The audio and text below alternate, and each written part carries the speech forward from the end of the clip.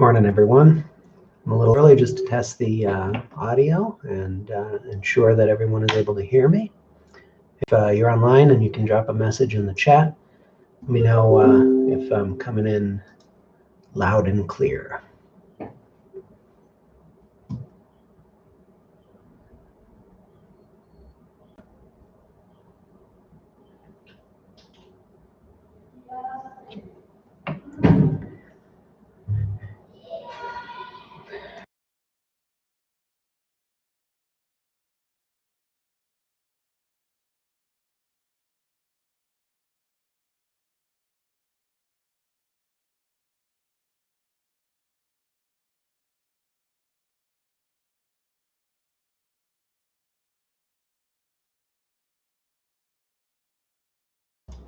Terrific. Thanks for letting me know. We're going to start in just a moment. I'm going to let people tune in yet.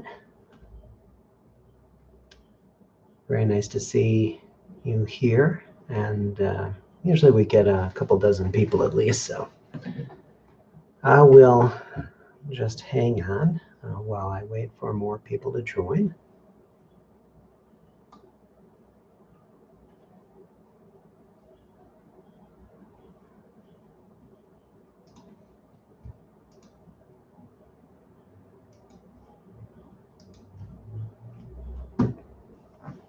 And I'll start right at 10. Well, 10 my time.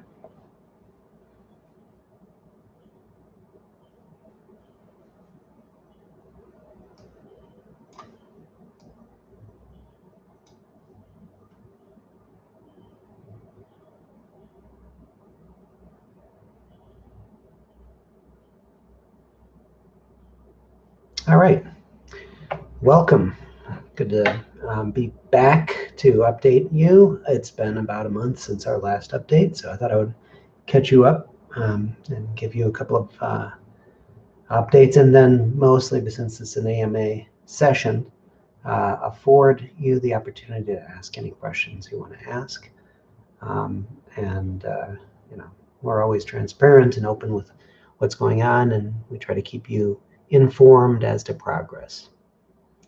So just a couple of quick things to tell you about before I start to take questions, if there are any. The platform updates are almost complete. It has been slightly tricky. The new token contract that Parsec created didn't necessarily play well with the the unique blockchain that we've created. As you know, our foundational blockchain is multi-chain. Multi-chain is a really nice BTC core based product, very low energy, very adaptable and easy to program with. So all of the gene chain operates using multi-chain, and multi-chain has been terrific in terms of operating within that our own built blockchain. So what goes on in there is we have a DNA token on multi-chain, and that was the original DNA token that was created. At one point, it was even listed on a small exchange that worked very hard to list us and has since gone out of business, called CryptoNext. Multi-chain tokens are not generally used for trading, so that was quite a task to get them to list it, to adapt it to their exchange and put it on there. But because ERC20 tokens are a lot easier to work with, we created the ERC20 version of DNA, which is a lot easier to get on exchanges. So what happens is everything that goes on our platform happens on multi-chain still. The only time the ERC20 token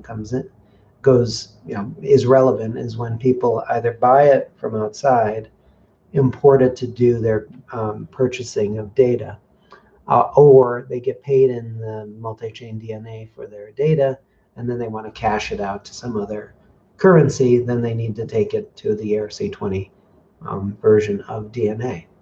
So that's that's where the difficult part comes in, is because you have to create a mechanism for exchanging the multi-chain DNA that you're paid in or use on the platform itself, and then turn it into this ERC20 token. And it's been a lot of work for Notice to incorporate the new ERC20 token that we swapped to. But he's almost ready with it. He's continuing to test a few things.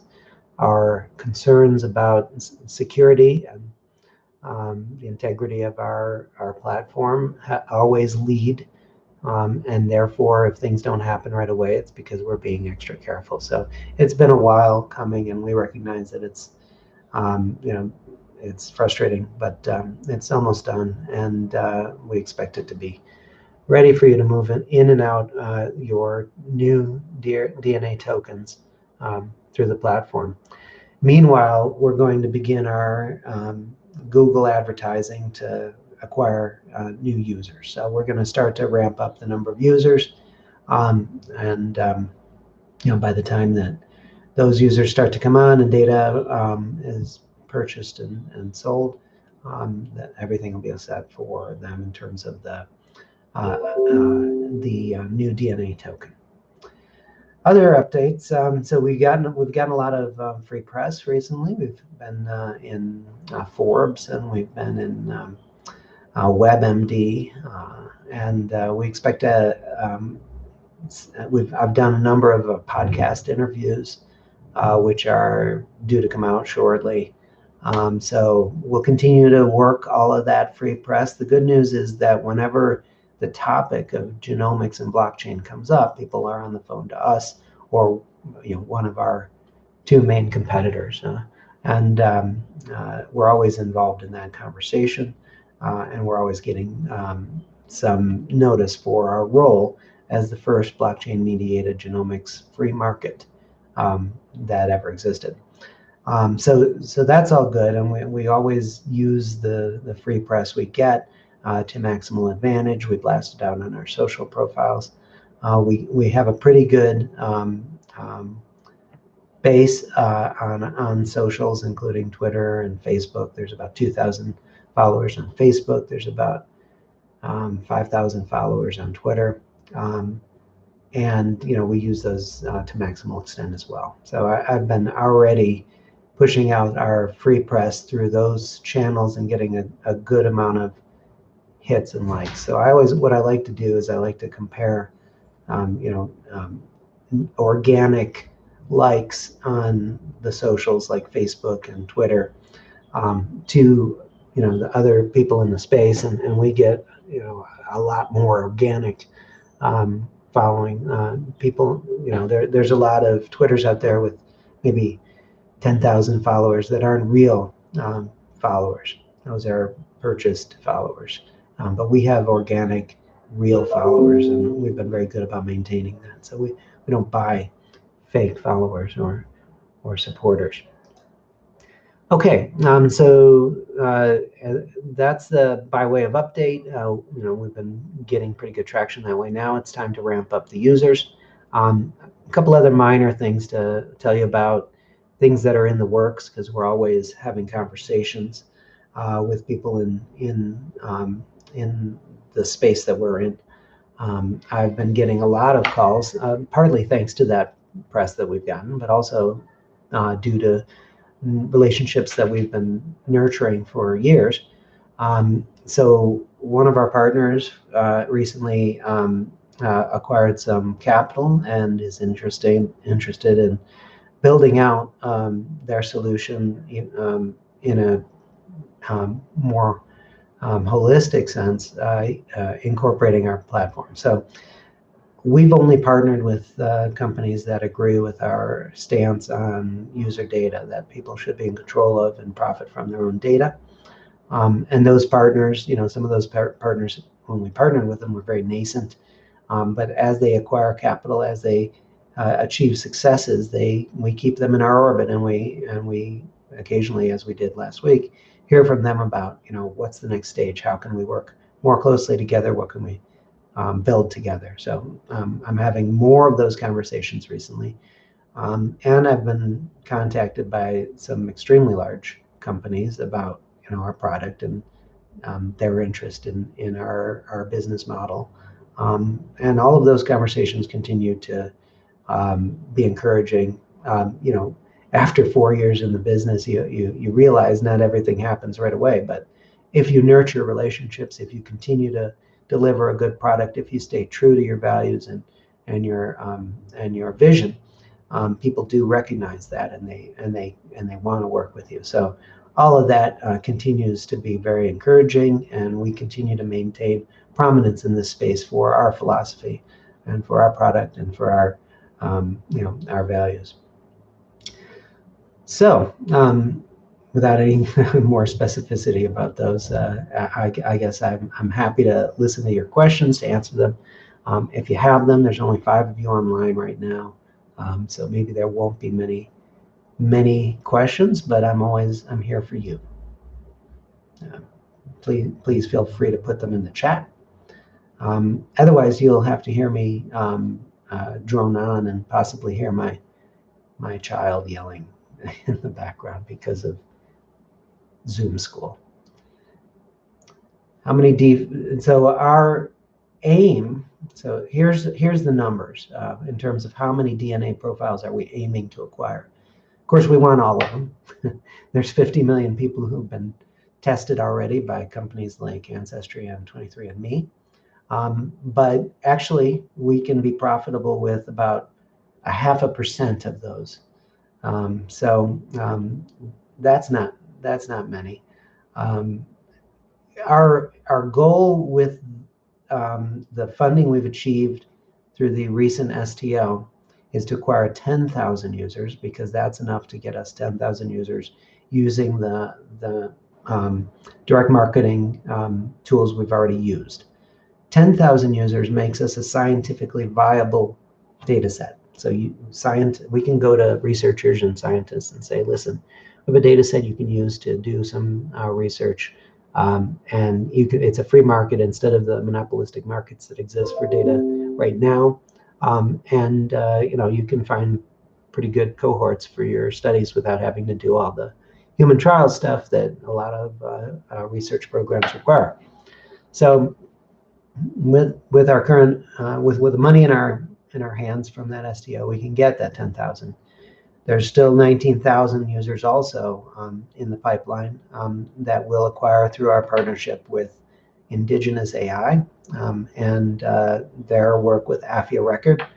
And that if you are not familiar with that, Indigenous Ai is a startup that was founded by a fellow I've been talking to for years, again, who's interested in our model, who recently started a genomics company in Kenya. So this is a really interesting opportunity and a huge need. So in all of the genomics data in all the world, it's overrepresented by basically white Europeans.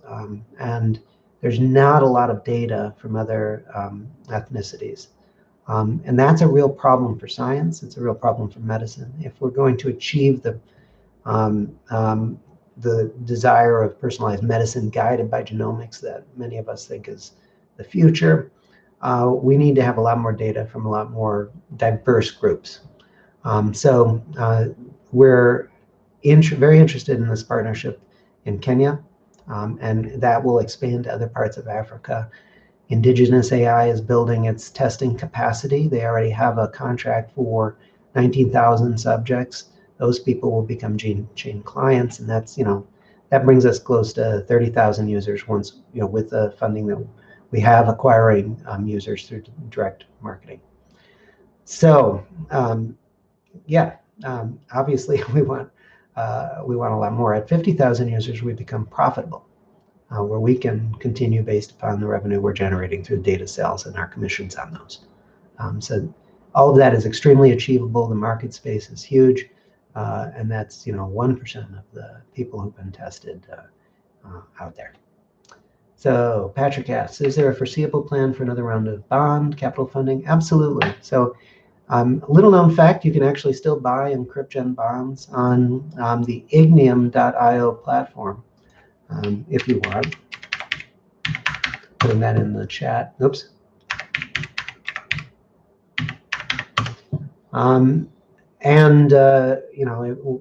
We are able to sell those either through private placements or in the public markets through the Ignium platform. That's still an ongoing and promising route for capital as we need it. And we continue to be open to ideas about venture capital. So venture capital funding is an interesting and sometimes rewarding path as long as you can maintain your vision and your control of the company. That's our primary goal is to make sure we're true to our vision and the reasons we were founded. But there are venture capitalists out there who share those goals and see that the future of data sales are consumer-oriented, are focused on making sure people are rewarded individually for their contributions. And we do still receive calls. I do pitch a week still for people who are interested in potentially investing in us. So yeah, that's definitely a possibility. So other questions? In the meantime, so one of the questions that comes up in Telegram, our Telegram channel, if you're not already a member of the Telegram channel, I hope you'll join. There's only one that is officially endorsed. None of them are official channels. They're all created by someone else. But there's only one that's officially endorsed, and that's the one I hope you'll join. That's the one I'm in most, and I contribute to the discussion and answer questions daily. But one of the questions that comes up frequently is, why aren't you listed on other exchanges? So one of the people asked me there, Patrick, sure. Yeah, we can do that, yeah. We will be able to publish our API for data access to the gene chain. Yeah, absolutely. We're in favor of that, and we will do that. What's my take on England's NIH selling patients' data? Good question. So most likely other countries will do the same. How can EncryptGen help in this area, not just for genomic tests? So yeah, we think, look, data sales are good when they are for research in science. That's our position. We favor that as long as people are brought into the chain of commerce. So they should be rewarded personally for that. Now, I'm not that familiar with the NHS selling patients' data. Somebody did raise that in the Telegram channel. And it wasn't clear from the article I read to whom they are selling that data. Obviously, it would be different if they're selling the data to marketing companies for the purpose of targeting you for ads. That's unethical in our view. Selling the data for use in science, as long as it's de-identified, is fine, but even better is making sure you're rewarded for that and you have a choice in that. You have some sort of role in that. So obviously, we want to see platforms like ours incorporated into those efforts. I'll be very open to talk to anybody who has more information and who's interested in making sure that sort of data exchange is equitable, and that wherever it involves genomics, people are able to be rewarded. As I said, I'm already having conversations about that with people who have other business plans modeled around genomics and other sorts of health data. I think so. Our position is if the NHS in England is doing that without people profiting, then they should give us a call and see how we can help to make sure it's equitable. So, okay, Neptuna says, congrats for the new video. So yeah, on our YouTube channel, you'll see there's a new video we've put up there. It was made a while ago, actually. It's a 5-minute corporate demo video for EncryptGen. Spread the word, spread it as wide as possible. All of that all of that attention helps to get the message out about what we do and provide greater information. So we'll be using that as part of our direct advertising campaigns too. So did we discuss HODL bonus for tokens held on CoinMetro with Kevin yet? No, Kevin has been rather busy, as you know. I will schedule a call with him in June to discuss that. The HODL bonus on the gene chain, by the way, is still in effect.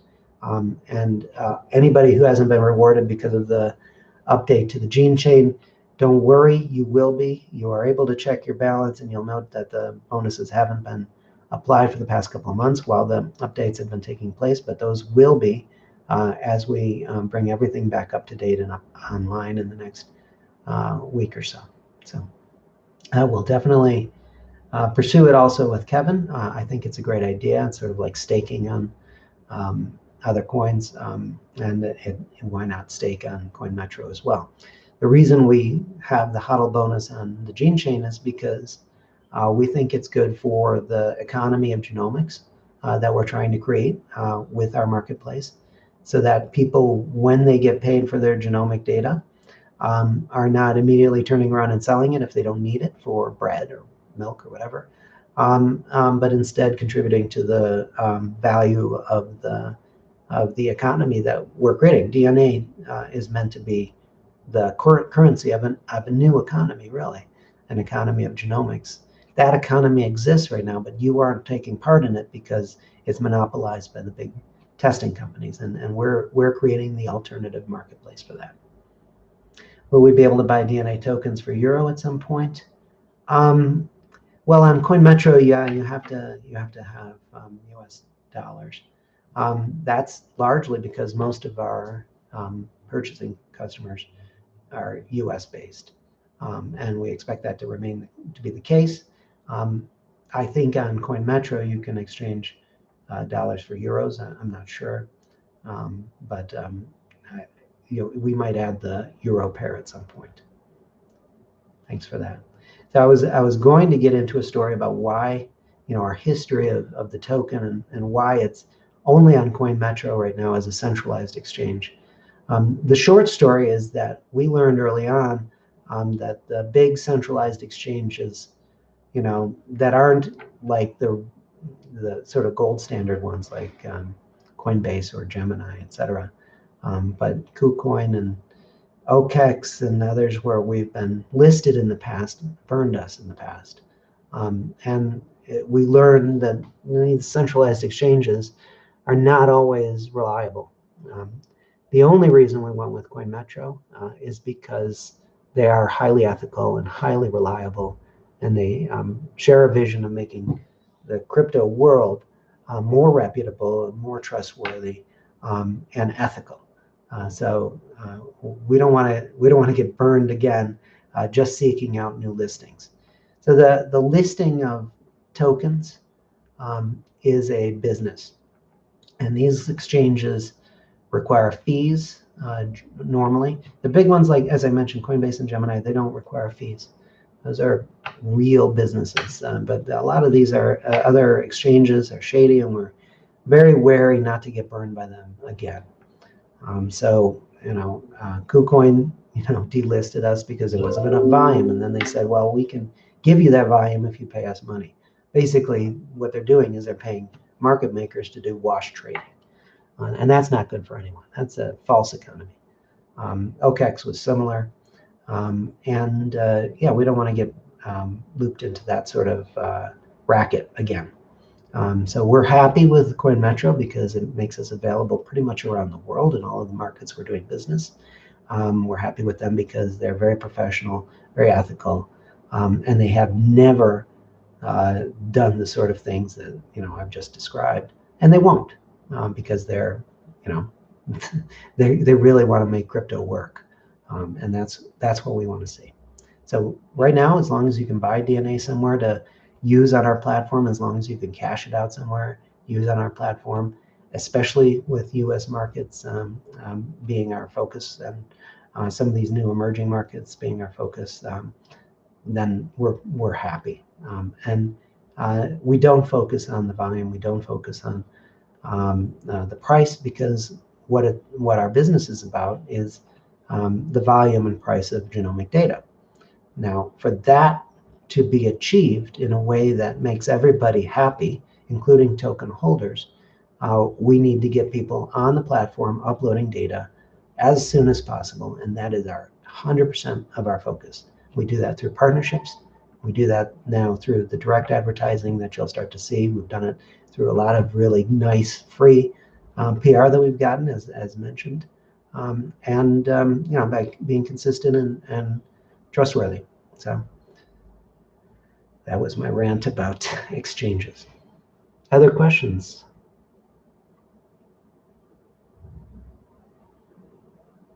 In the chat? No?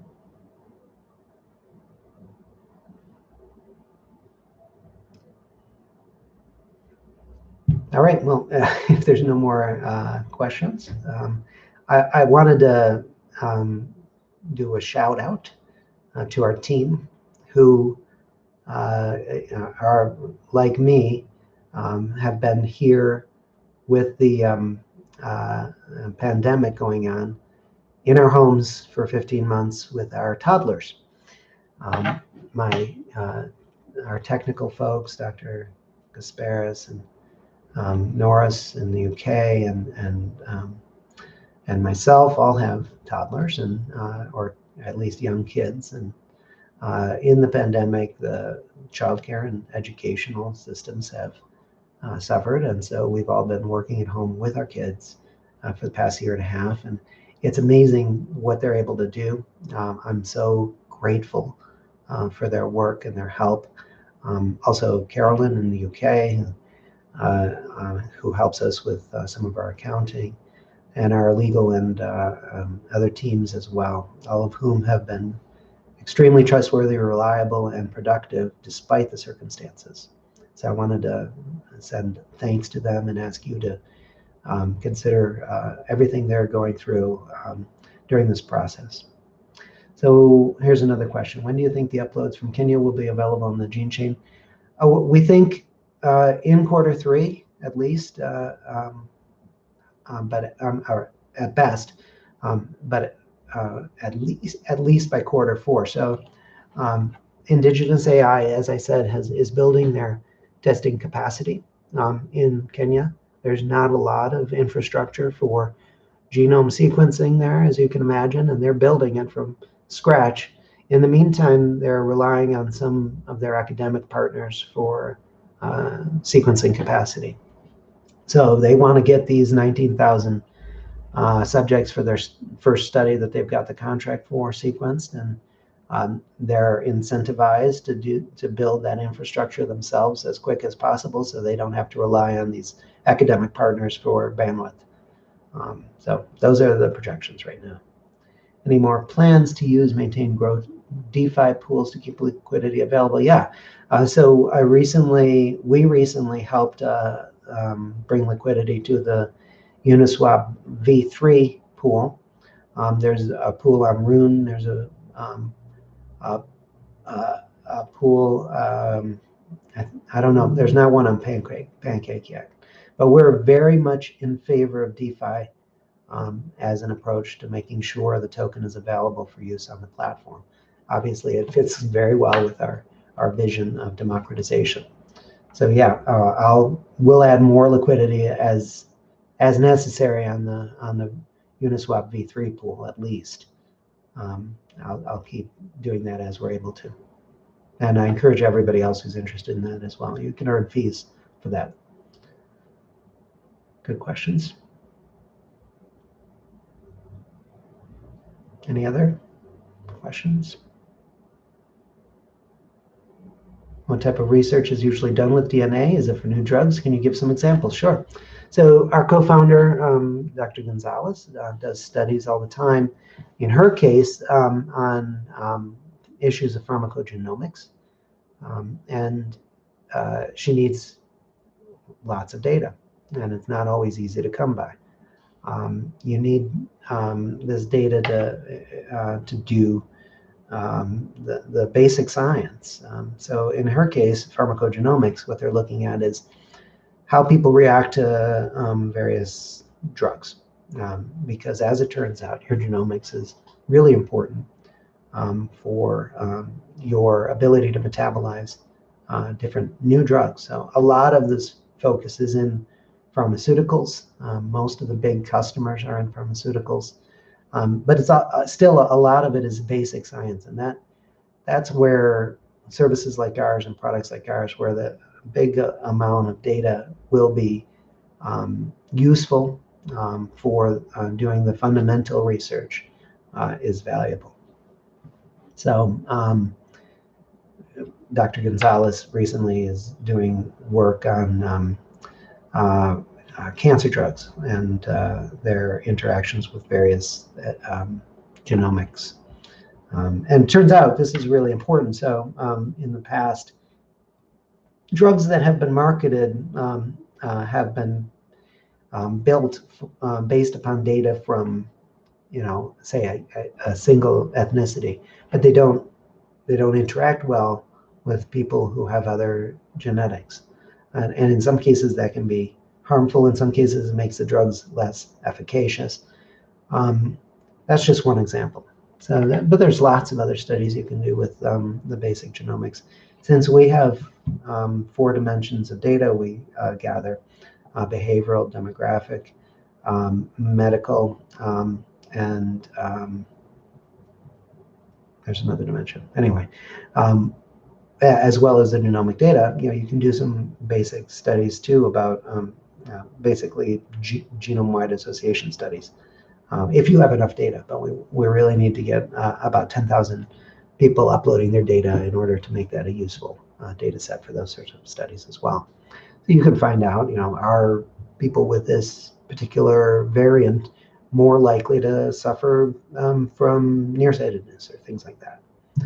These are some examples. And because right now, in order to get data to do those sort of studies, you have to often create a study and gather data from human subjects. That's an expensive proposition that keeps a lot of this basic research from getting done. If we can create this free market successfully, where people are rewarded for that data and for filling out their survey data, and the price is sufficiently low for researchers to be able to do these studies without starting a whole cohort, then it really does revolutionize the way that a lot of this basic research can get done. There are places out there where you can find sort of raw genomic data and mine it for interesting stuff, but nothing that combines all of the sort of user-reported medical, behavioral, demographic stuff that we combine with it to make it more valuable. Thanks for that question. I hope that helps answer it.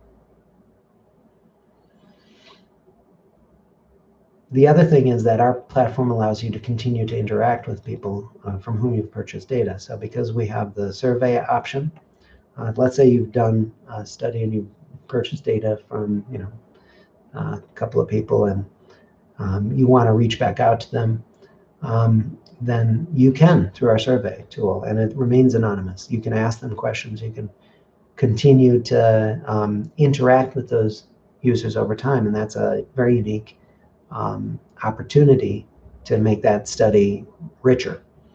So you're not only focused on, you're not only limited to the questions we provide, but you can create an interactive, and we've created an interactive potential for ongoing study.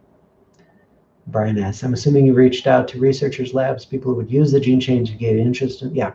So their response is, yes, we want this, but we need a lot more data for it to be useful. And they've started to play with it, and they advised us. So one of those researchers, as I mentioned, is Dr. Gonzalez, our co-founder.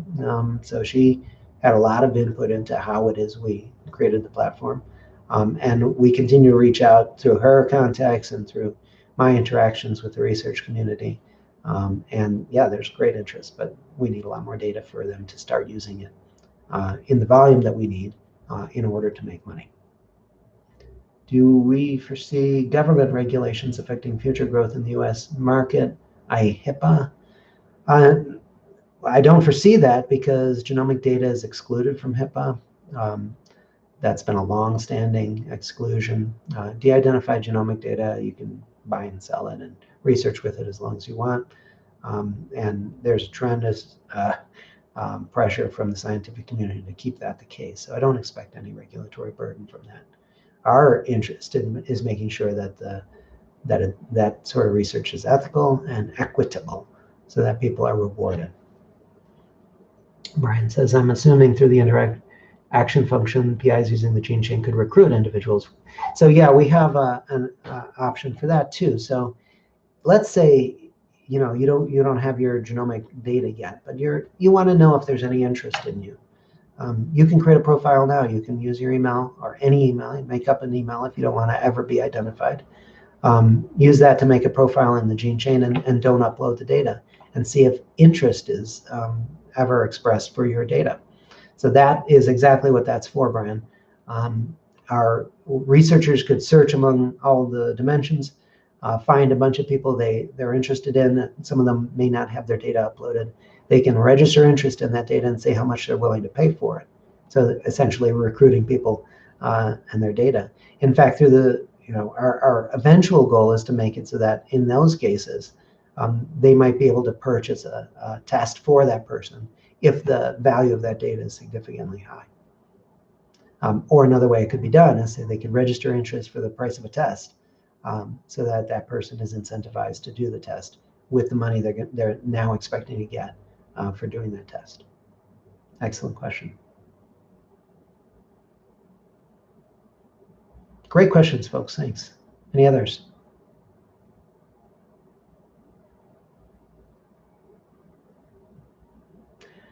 Just make sure that researchers are lined up to buy the data once the data is available. Yes. Keep up the great work. Meanwhile, we'll convince family and friends to get tested and upload theirs. Yeah. So, I mean, we can achieve the 10,000 users with our current base of support. If each person who is either registered on the gene chain, that's 7,000 people have registered already. They have wallets there. They've submitted their emails. They've created profiles. If each of them also does a test and gets that uploaded and convinces just one other person to do so, if all of those people who have already created accounts with us just upload their data and have one other person do it, then we've got a scientifically viable data set that we can really use to generate interest in the research community, get some volume of data moving, and therefore, pump up the DNA economy that we're trying to build. So that shouldn't be hard. That's up to each and every one of us who have created profiles. Me and my family, we've all done profiles. We've uploaded our data, and you can get cheap tests through the existing testing companies, and you don't have to opt in to their scientific research. That's what we all did. And yeah, we can make this work just by banding together and making sure that the effort we put into creating profiles on the gene chain becomes money in the bank by becoming data in the bank. Thank you, Dennis. Anyone else before we sign off and I have to go monitor my child's preschool? All right. Well, as ever, it's been a pleasure. I always enjoy these interactions. I kind of wish we could do just a big Zoom call and have everybody ask me questions face to face, but I enjoy the chat questions. They're always probing and intelligent. I only hope that I'm able to answer your questions sufficiently and clearly. If not, you can always join our Telegram channel and ask away there. The officially endorsed channel is where I'm most likely to be. If not, you can also send any questions to info@encryptgen.com. Otherwise, I hope you're all well and safe, and the end is in sight for the pandemic. I'm hoping you're all getting your vaccine so you can safely participate in public events again. And hopefully I'll be at one of those soon. I kind of miss the live conferences and our interactions at those. I've met a couple of the people here in those venues, and I hope to see them again soon. I've been vaccinated, by the way, so because I'm a U.S. citizen, I'm a Florida citizen. I was able to get my vaccine in Florida. And I'm hoping, and my Dr. Gonzalez has also been vaccinated here in Mexico because she's an educator as well, and they've been vaccinating educators. So the end of that is in sight, and we'll be back to in-person venues and interactions, and that'll be a real opportunity too for us to be able to spread the word more, to engage with researchers and partners, and the next couple of years of growth for the gene chain is keeping me excited and interested and optimistic as always. So I hope you're well, and I'll see you soon. Thank you so much.